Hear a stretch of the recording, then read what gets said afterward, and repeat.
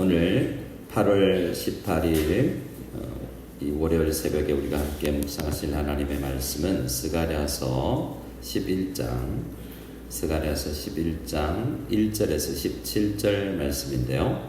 우리 4절 말씀에서 14절까지 말씀을 한 목소리로 읽기로 원합니다.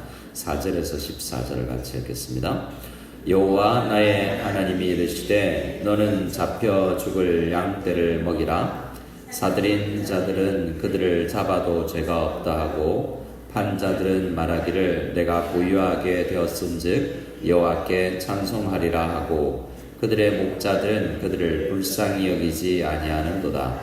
여호와가 말하노라. 내가 다시는 이 땅 주민을 불쌍히 여기지 아니하고 그 사람들을 각각 그 이웃의 손과 임금의 손에 넘기리니 그들이 이 땅을 칠지라도 내가 그들의 손에서 건져내지 아니하리라 하시기로 내가 잡혀 죽을 양떼를 먹이니 참으로 가련한 양들이라. 내가 막대기 둘을 취하여 하나는 은총이라 하며 하나는 연합이라 하고 양떼를 먹일새 한 달 동안에 내가 그 세 목자를 제거하였으니 이는 내 마음에 그들을 싫어하였고 그들의 마음에도 나를 미워하였습니다. 내가 이르되 내가 너희를 먹이지 아니하리라. 죽는 자는 죽는 대로 망하는 자는 망하는 대로 나머지는 서로 살을 먹는 대로 두리라 하고 이에 은총이라는 막대기를 취하여 꺾었으니 이는 모든 백성들과 세운 언약을 폐하려 하였습니다. 당일에 곧 폐함에 내 말을 지키던 가련한 양들은 이것이 여호와의 말씀이었던 줄 안지라. 내가 그들에게 이르되 너희가 좋게 여기거든 내 품삯을 너에게 주고 그렇지 아니하거든 그만두라. 그들이 곧 은 30개를 달아서 내 품삯을 삶은지라. 여호와께서 내게 이르시되 그들이 나를 헤아린 바 그 싹을 토기장이에게 던지라 하시기로 내가 곧 은 30개를 여호와의 전에서 토기장이에게 던지고 내가 또 연합이라 하는 둘째 막대기를 꺾었으니 이는 유다와 이스라엘 형제의 의리를 끊으려 함이었느니라. 아멘. 우리가 스가랴서 10장 말씀을 우리가 함께 보지는 못했는데요.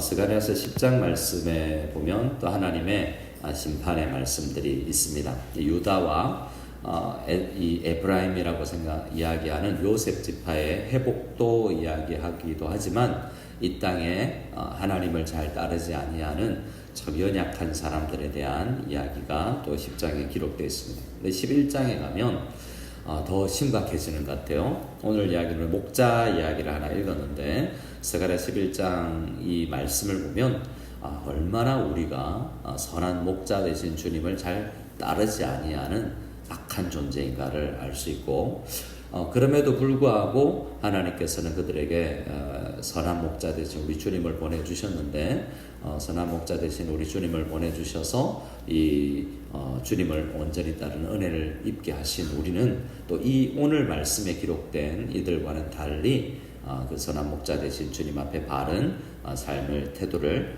가질 수 있도록 우리가 노력하고 또 우리가 은혜를 붙들어야 되겠습니다.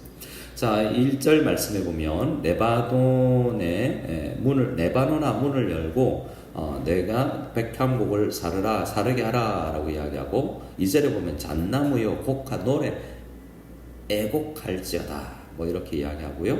아름다운 나무 백향목이 넘어지고 아름다운 나무들이 쓰러지고 바산의 상수리 나무들아 곡하라. 그러니까 애통의 장송곡을 불러라 뭐 이런 이야기를 하고 있습니다. 무성한 숲이 엎드러졌도다.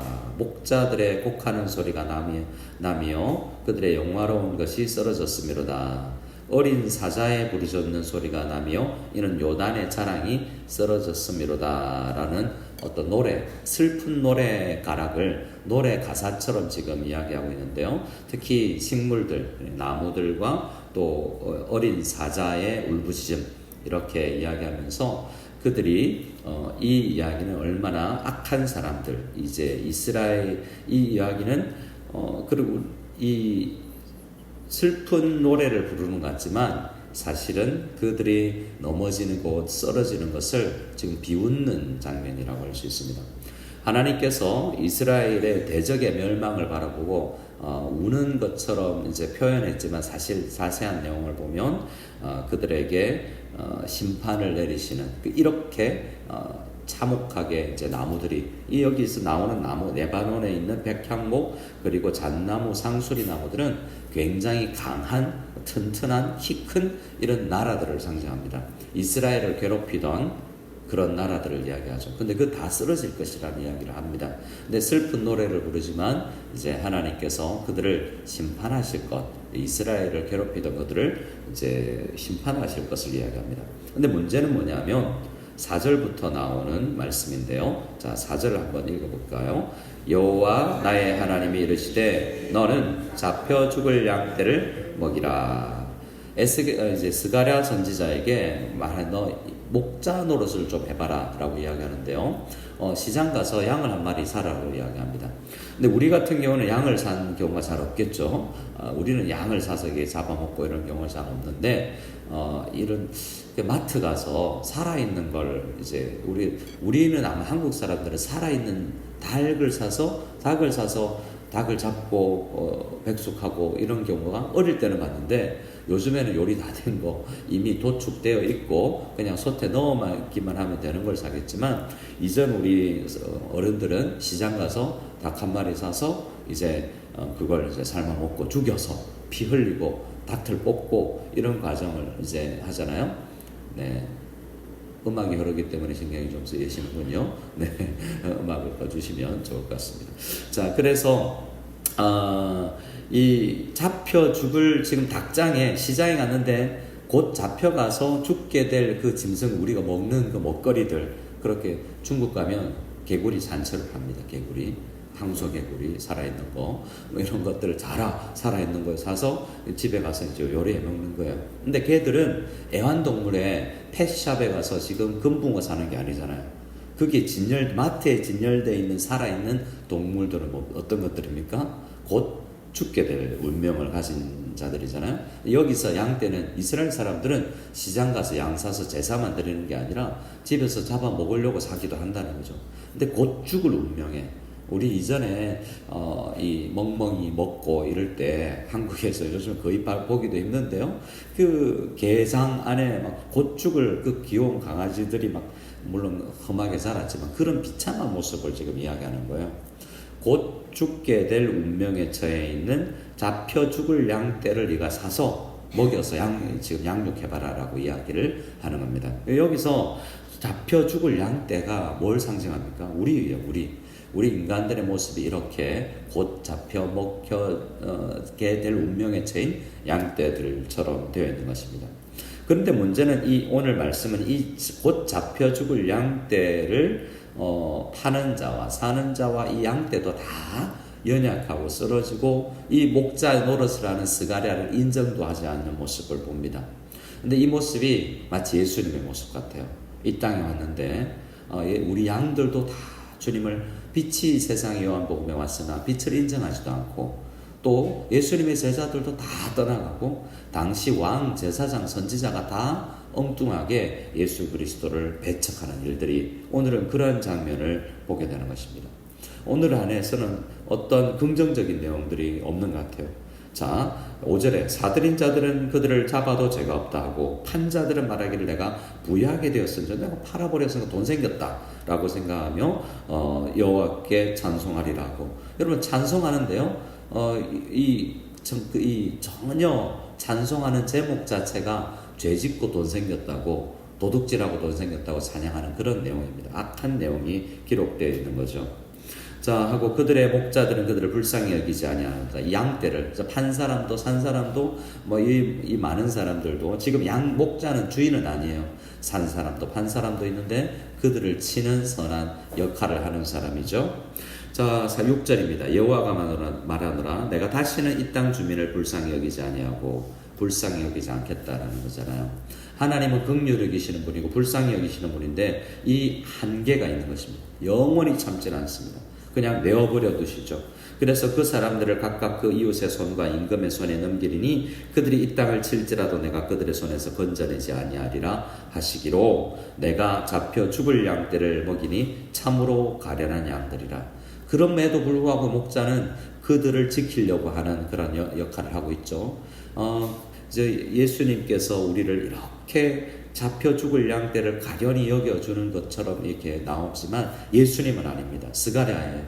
인간 목자가 최선을 다해서 이 양들을 치려고 하지만, 그래서 어떻게 그들을 치려고 하냐면 그들을 돌보는 입장을 이렇게 막대기 둘로 이야기합니다. 7절에 내가 잡혀 죽을 양떼를 먹이니 참으로 가련한 양들이라. 내가 막대기 둘을 취하여 하나는 막대기에 이름을 붙이죠. 하나는 뭡니까? 은총이라고 하고, 하나는요 연합이라고 하고, 은총을 하나님께 받은 사람들은 연합을 이루게 될 텐데, 이 정말 목자 없는 양처럼 이들은 목자의 인소를 따르지 않습니다.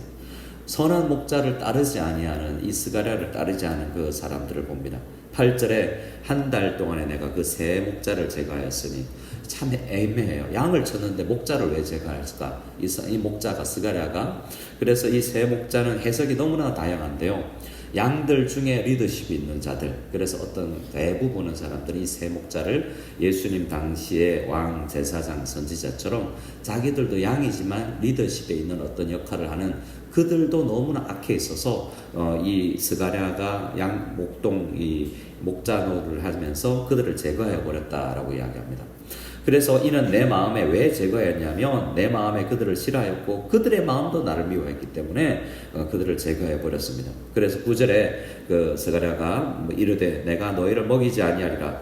죽는 자는 죽는 대로 내어버려 둠의 이 저주입니다. 우리는 하루도 주님 은혜가 우리를 붙들지 않으면 넘어질 수밖에 없어요. 내가 잘났다고 생각할 사람이 아무도 없습니다. 오늘 내가 붙잡아 주지 않으면 길거리 걸어가다 쓰러지는 것처럼 하루도 일할 수 없고 넘어질 수밖에 없는, 에너지가 없어 배고파서 쓰러지는 것처럼 우리는 우리 힘으로 버틸 수가 없습니다. 요 로마서 1장 말씀에 내어버려둔, 그냥 방치, 유기, 하나님의 손길을 거두어 버리는 것이 저주예요. 그런 현상이 일어나죠. 죽는 자는 죽는 대로, 망하는 자는 망하는 대로, 나머지는 서로 살을 먹는 대로 내어버려두는 그러한 상황이 놓쳐집니다. 그것이 10절에 다시 왜 이렇게 되냐면 주님이 은혜를 거두면, 10절에 이에 은총이라는 막대기를 취하여 꺾어버리면, 주님께서 우리를, 목자 되신 주님께서 은혜를 거두어 버리면 주님, 우리는 아무것도 아닌 존재입니다. 왜 은총이라는 막대기를 꺾으시냐 하면 이는 모든 백성과 세운 언약을 폐하려고 하기 위함이다. 약속을 이제 한계가 마치 약속을 꺾어버리는 모습을 보여주고 있죠. 11절에 당일에 곧 폐함에 내 말을 지키던 가련한 양들은 이것을 여호와의 말씀인 줄 아는 그나마 괜찮은 양들이 좀 있는 것 같아요. 근데 그들도 문제가 있습니다. 12절에 내가 그들에게 이르되 너희가 나를 목자로 인정하느냐? 그럼 품삯을 얼마나 줄래? 라고 이야기하니까 얼마입니까? 은 30개를 달아서 내 품삯을 삼았습니다. 자, 이건 어떤 값어치냐면 은 30, 여러분 많이 들어보지 않으셨어요? 마태복음 27장에 보면 가룟 유다가 예수님을 파는 게 은 30이에요. 이게 이루어지죠. 예수님을 얼마나 값어치 없게 여기냐는 말씀인데요. 은 30은 출애굽기 말씀을 보면, 출애굽기 21장에 보면 소에 받쳐주는 종이, 우리 집에 일하는, 옛날에 집에 일하는 모습이 일하다가 소에 받쳐 죽었어요. 그럼 그 종의 몸값으로 은 30을 준 게 출애굽기 21장에 나옵니다. 그러니까 우리는 예수님을 어떻게 했냐면 사람 중에 아주 값어치 없는 사람의 죽음의 정도로 쳐줬다는 거죠.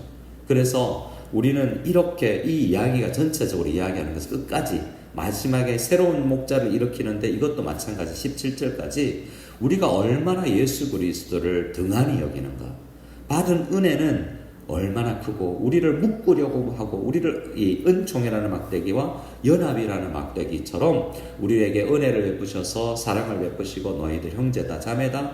근데 뿔뿔이 흩어지는 양떼들, 목자를 인정하지 아니하고 값어치 있는 것을 드리지 아니하는 그 모습을 제가 전체적으로 설명은 드리지 않지만 그런 맥락으로 오늘 말씀은 이어집니다. 그런데요, 마태복음 27장에 은 30에 예수님을 파는 가룟 유다의 이야기가 나오잖아요. 그 제사장의 무리도 은30을 주잖아요. 그런데 그 이야기가 예수님께서 이렇게 이루어졌는데 다 그런 사람만 있는 건 아니었습니다. 양들 중에도 마태복음 한 장 앞에 27, 26장을 가면 고귀한 값진 매우 귀한 향유 한 옥합을 가지고 나와서 식사하시는 예수님의 머리에 부은 향유 옥합을 깨뜨린 그 여인의 이야기가 있습니다. 가룟 유다는 은30에 팔잖아요. 많은 양떼들이 은혜도 모르고 연합시키려는 주님의 사랑의 마음도 모르지만 이름 없는 한 여인은 베다니 나병 환자 시몬의 집에서 향유를 깨뜨려서 엄청나게 비싼 향유를, 이건 어떤 이야기냐면 예배 한 번 드리는데 1,000만 원 쓰고 3,000만 원 쓸 정도의 엄청나게 큰 은혜 받은 자의 모습을 보여주는 것입니다. 오늘 스가랴 11장 안에는 하나도 바른 모습을 보이는 그러한 양들이 보이지 않는 것입니다. 목자의 은혜를 매우 망득하게 거부합니다. 은혜도 모르고 연합을 위한 주님의 사랑도 목자의 헌신도 모릅니다. 하지만 우리는 어떻게 해야 되겠냐라는 반면 교사를 삼고 이 말씀을 묵상했으면 좋겠습니다. 우리는 다음 세대를 양육하고 예배드리고 교회를 위해서 우리가 사역하는 일에 여러분 보세요. 의료 선교를 하려고 자기 돈 들여서 휴가 내서 비행기 타고 와서 이렇게 안신하는 것도 값지죠. 근데 우리 성도님들이 첫 시간을 주님 앞에 드리며 기도하는 이 모습도 주님께서 귀하게 여기실 것이고, 우리가 예배의 모습 속에서 이렇게 향유 옥합을 깨뜨리는 그런 양들의 모습이 우리에게 있기를 원합니다. 그런데 이것도 주님 제 비싼 것들이었죠 라고 자랑할 것이 아니라 이건 마치 두랩돈 정도밖에 안 됩니다. 주님께서 우리에게 은혜 주신 것에 비하면 아무것도 아닙니다. 은혜가 오늘도 필요합니다. 은혜를 주시옵소서라고 간절히 기도하며 우리 직장 생활하는데, 하루를 살아가는데, 이번 한 주간을 살아가면서도 은혜 안에서 살아갈 수 있는 저희들 다 될 수 있기를 소원합니다.